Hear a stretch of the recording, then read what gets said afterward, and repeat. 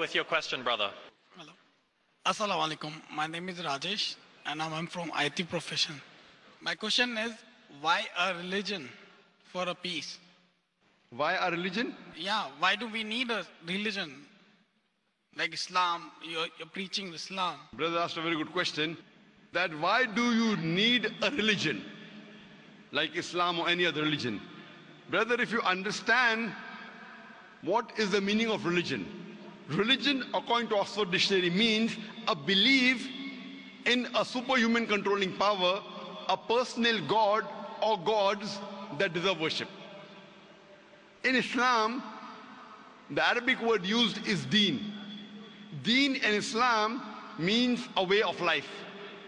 So you ask me the question that why do you require a way of life? And why do you require to understand, as Oxford Dictionary says, religion means believing in God. So why do we have to understand God? The reason is that, brother, normally when you get a machine, if you get a machine, maybe a complicated machine, along with it you get an instruction manual.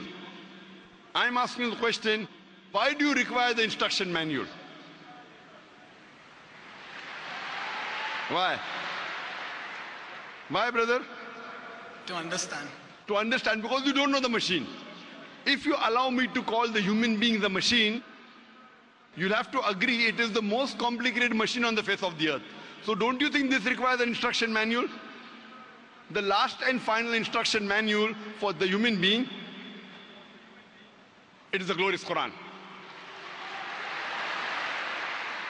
Like how you have the instruction manual written by the producer of that equipment, or the manufacturer, or the inventor. Our manufacturer, our producer, our creator is Almighty God.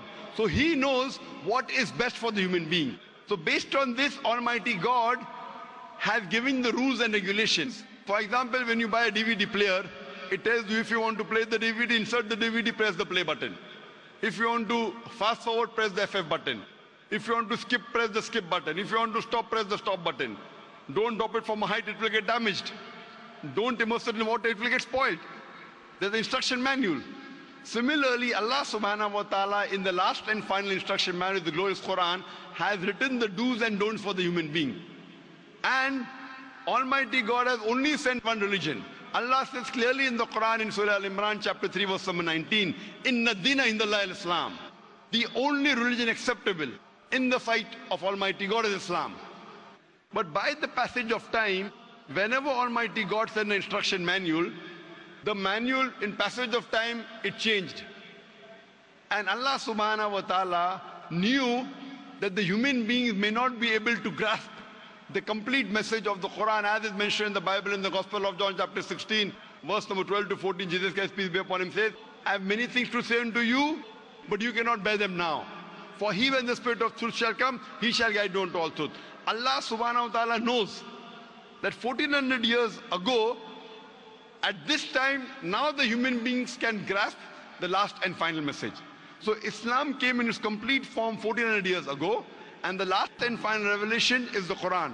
All the previous revelations, the basic message was the same: believing in one God, worshipping the true God, who does not have any image, doesn't have any idol.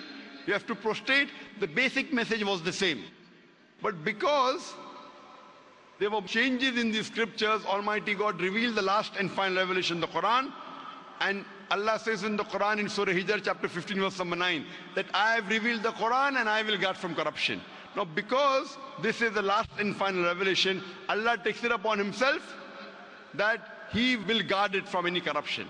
So that's the reason today all the human beings in the world should follow the last and final messenger, Prophet Muhammad, peace be upon him, and last and final message, the glorious Quran.